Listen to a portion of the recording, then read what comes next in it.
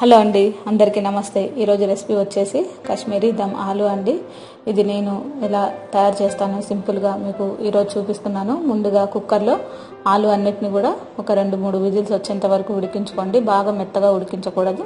ఇలా మీరు ఉడికిన తర్వాత డైరెక్ట్గా వేయొచ్చు, లేదంటే పెద్ద సైజు ముక్కలైనా కట్ చేసి వేసుకోవచ్చు. ఓకేనా అండి. ఇప్పుడు మీరు ఒక 7-8 స్పూన్లు ఆయిల్ వేసుకోండి దీంట్లోనే, ఎందుకంటే మనం కొంచెం దూరగా ఫ్రై చేసుకోవాలి ఆలు ముక్కలన్నింటినీ కూడా. ఒక 5 నిమిషాల పాటు హై ఫ్లేమ్లోనే పెట్టి స్టవ్ దగ్గరే ఉండి వేయించుకుంటే సరిపోతుంది, లేదంటే వేగడం చాలా టైం పడుతుందండి. అందుకని హై ఫ్లేమ్లో మీరు కొంచెం దూరగా స్టవ్ దగ్గరే ఉండి వేయించుకుంటే ఈజీ అవుతుందన్నమాట. ఇప్పుడు మీరు ఇలా కొంచెం ఎరుపు రంగు వచ్చిన తర్వాత ఈ ముక్కలన్నిటిని కూడా తీసి ఒక సపరేట్ ప్లేట్లోకి తీసి పక్కన పెట్టేసుకోండి. ఇప్పుడు ఇదే ఆయిల్లో మనం ఏమి సపరేట్ వేరే ఆయిల్ వేసే పని లేకుండా ఇదే ఆయిల్లో మీరు ఒక మీడియం సైజు 2 ఉల్లిపాయలని కచ్చాపచ్చాగా మిక్సీ వేసుకోండి. అలాగే ఒక 4 పచ్చిమిర్చి కట్ చేసి వేసేసుకోండి దీంట్లోనే.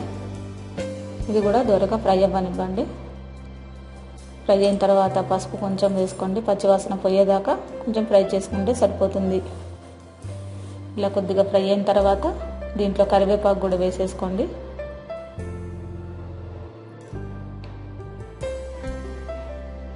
ఇప్పుడు దీంట్లో మనం కొద్దిగా రుచికి సరిపడా ఉప్పు కూడా మీ టేస్ట్కి తగ్గట్టు వేసుకోవచ్చండి.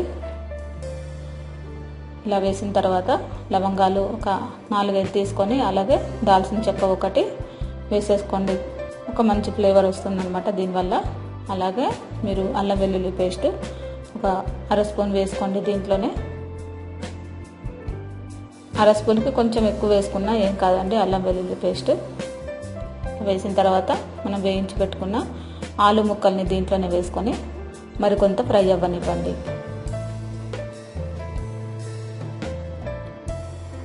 ఇలా కొంచెం ఫ్రై అయిన తర్వాత దీంట్లో మీరు కాశ్మీరీ కారం వేసుకోండి.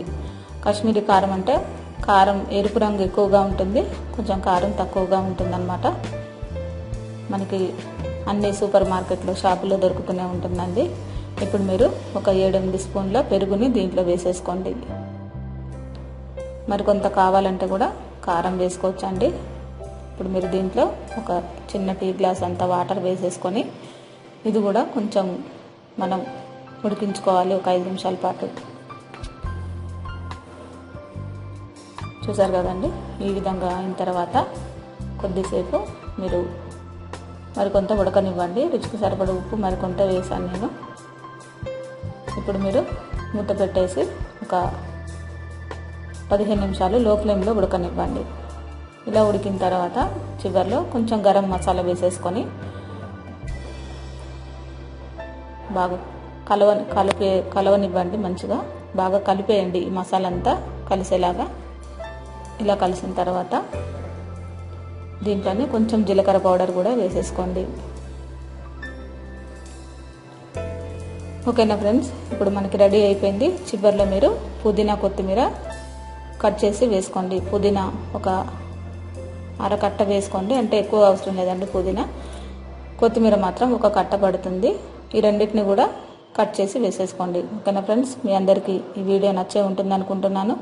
నా వీడియో కనుక మీకు నచ్చినట్లయితే లైక్ చేయండి, షేర్ చేయండి, సబ్స్క్రైబ్ చేయండి. ఓకేనా ఫ్రెండ్స్, అందరికీ థ్యాంక్ యూ అండి.